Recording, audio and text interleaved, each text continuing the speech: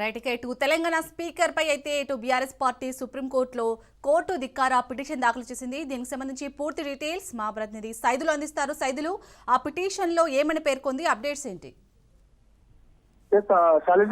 సుప్రీంకోర్టులో మరోసారి బీఆర్ఎస్ తెలంగాణ శాసనసభ స్పీకర్ పైన కోర్టు ధిక్కార పిటిషన్ దాఖలు చేయడం జరిగింది. ఎందుకంటే పార్టీ ఫిరాయించినటువంటి ఎమ్మెల్యేల పైన సుప్రీంకోర్టు చాలా కీలకమైన తీర్పు ఇచ్చింది. పార్టీ ఫిరాయించినటువంటి ఎమ్మెల్యేలను 3 నెలల్లోపు వారిపైన చర్యలు తీసుకోవాలని సుప్రీంకోర్టు చెప్పినప్పటికీ స్పీకర్ కాలయాపన చేస్తున్నారని చెప్పేసి అందులో పేర్కొనడం జరిగింది. అనేక సార్లు విచారణల పేరుతోటి పార్టీ ఫిరాయించినటువంటి ఎమ్మెల్యేలను విచారిస్తున్నారు తప్ప వారిపైన ఎటువంటి చర్యలు తీసుకోవడం లేదని సుప్రీంకోర్టులో కోర్టు ధిక్కారణ పిటిషన్ దాఖలు చేశారు బీఆర్ఎస్ వర్కింగ్ ప్రెసిడెంట్ కేటీఆర్. ఎమ్మెల్యేల పార్టీ ఫిరాయింపులపై 3 నెలల్లో చర్యలు తీసుకోవాలని సుప్రీంకోర్టు చెప్పినప్పటికీ ఆ ఆదేశాలు ఉన్నప్పటికీ కూడా ఇక్కడ మాత్రం స్పీకర్ కాలయాపన చేస్తూ వస్తున్నారని చెప్పేసి కూడా బీఆర్ఎస్ పార్టీ చెప్తుంది.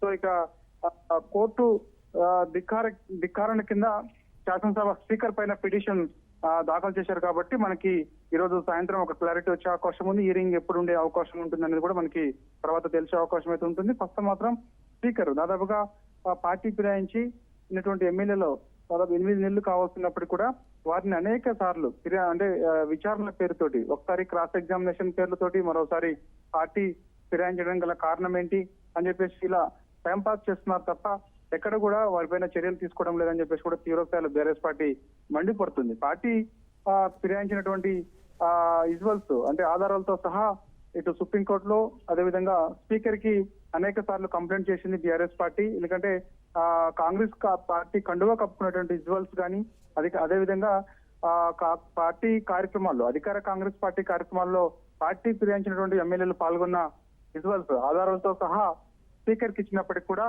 స్పీకర్ పదే పదే విచారణ పేరుతోటి కాలయాపన చేయడం ఎంతవరకు సబబు అని చెప్పేసి కూడా బీఆర్ఎస్ పార్టీ ప్రశ్నిస్తూ వస్తుంది. ఎట్టి పరిస్థితుల్లో కూడా మేము ఊరుకునేది లేదని చెప్పేసి అనేక సార్లు కేటీఆర్ చెప్తూ వస్తున్నారు. సో దానిలో భాగంగా పార్టీ ఫిరాయించినటువంటి 10 మంది ఎమ్మెల్యేలు ఆనాడు 2023 శాసనసభ ఎన్నికల సమయంలో బీఆర్ఎస్ పార్టీ నుంచి కారు గుర్తుపైన గెలిచినటువంటి 10 మంది ఎమ్మెల్యేలు కాంగ్రెస్ పార్టీ అధికారంలోకి వచ్చిన 6 నెలల్లోపే వెంటనే అధికార కాంగ్రెస్ గుడికి వెళ్తున్నాము, అభివృద్ధి కోసం మేము వెళ్తున్నాము అని చెప్పేసి వెళ్ళడం జరిగింది. రేవంత్ రెడ్డి సమక్షంలో కొంతమంది కాంగ్రెస్ కండువ కప్పుకున్నారు.